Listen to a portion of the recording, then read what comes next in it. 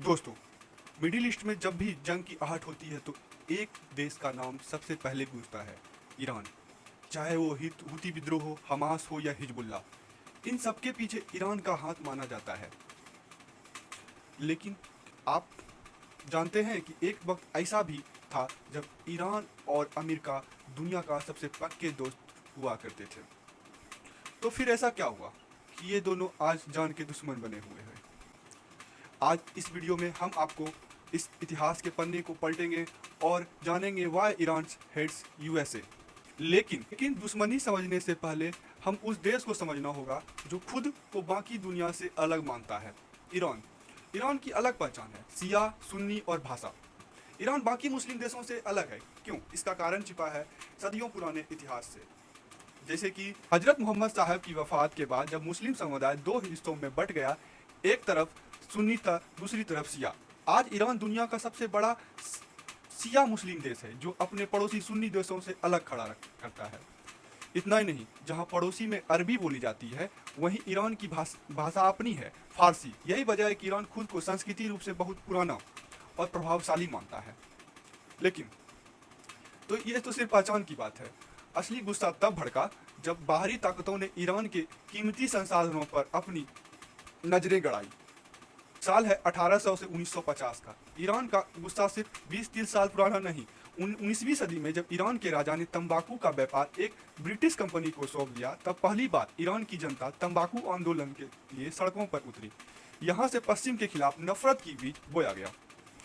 तंबाकू तो बस एक शुरुआती थी। असली बदलाव तब आया जब सत्ता एक फौजी अफसर के हाथ में आई और शुरू हुआ दौरे पहलवी। 1925 में राजा साहब पहलवी ने कमान संभाली। उन्होंने सेना को आधुनिक बनाया, स्कूल खोले, लेकिन उन्होंने एक बड़ी गलती की। उन्होंने अंग्रेजों को तेल पर कब्जा करने के लिए दे दिया। ईरान का तेल एंग्लो ईरानी ऑयल कंपनी निकाल रही थी, जिसका मुनाफा लंदन जा रहा था और ईरान के गरीब मजदूर दाने दाने के लिए तरस रहे थे। जब जनता का सब्र टूट गया, तब उभर कर आया एक ऐसा लीडर जिसे आज भी ईरान का असली हीरो माना जाता है। उसका नाम है मोहम्मद मसागदे। मोहम्मद मसागदे 1951 में प्रधानमंत्री बने। उन्होंने सीधे अंग्रेजी से कहा, हमारा तेल हमारा है। उन्होंने तेल कंपनियों का राष्ट्रीयकरण कर दिया। ब्रिटेन डर गया और उसने अमेरिका की मदद मांगी। साजिश का पर्दाफाश फिर हुआ और ऑपरेशन एजेक्स स्टार्ट हुआ। अमेरिका के सीआईए ने तेहरान की सड़कों पर दंगे करवाए और लोकतांत्रिक सरकार को कुचल कर मसागदे को जेल में डाल दिया। ईरान के लोग आज भी अमेरिका के इस धोखे को भूले नहीं हैं। मसागदे के जाने के बाद अमेरिका ने शाह को अपनी कठपुतली बना लिया, लेकिन ये तानाशाही ज्यादा दिनों तक नहीं चली। 1979 की क्रांति, जब सब कुछ बदल गया। शाह आलीशान महलों में ऐश कर रहे थे, जबकि आम जनता गरीबी में जी रही थी। तभी पेरिस से अयतुल्ला खमेनी की आवाज गूंजी। जनवरी 1978 में शुरू हुआ विरोध 1979 में एक ऐसी क्रांति बन गई जिसने शाह को देश छोड़ने से मजबूर कर दिया। क्रांति का मंजर जब अमेरिका ने शाह को शरण दी थी, तो ईरानियों ने अमेरिकी दूतावास पर हमला कर दिया, अधिकारियों को कैद कर लिया। यहीं से शुरू हुआ कोल्ड वार शुरू हुई, जो आज की तारीख में परमाणु बम की धमकी तक पहुंच गई है। क्रांति की बात, नफरत इतनी बढ़ गई कि अब ये लड़ाई हथियारों और साइंस के मैदानों में लड़ी जा रही है।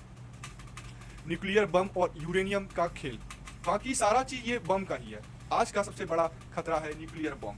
अमेरिका का दावा है कि ईरान परमाणु बम बनाकर इजराइल और पश्चिम को खत्म करना चाहता है। बिजली के लिए तो सिर्फ 3 से 5% समृद्ध यूरेनियम चाहिए, लेकिन बम के लिए 90% चाहिए। ईरान के पास सेंट्रीफ्यूज मशीनें हैं जो काम कर सकती है, और इसे डर से अमेरिका ने ईरान पर इतने सेक्शन लगा दिए कि उसकी अर्थव्यवस्था चरमरा गई। यह ईरान की जिद और अमेरिका की पाबंदियों के सीधी टक्कर है। तो क्या इस लंबी दुश्मनी का अंत है, या हम किसी बड़ी तबाही की ओर बढ़ रहे हैं? भविष्य क्या है? आज ईरान सिर्फ एक देश नहीं, बल्कि लेबनान, गाजा और यमन में अपनी प्रॉक्सी वार के जरिए अमेरिका को चुनौती दे रही है।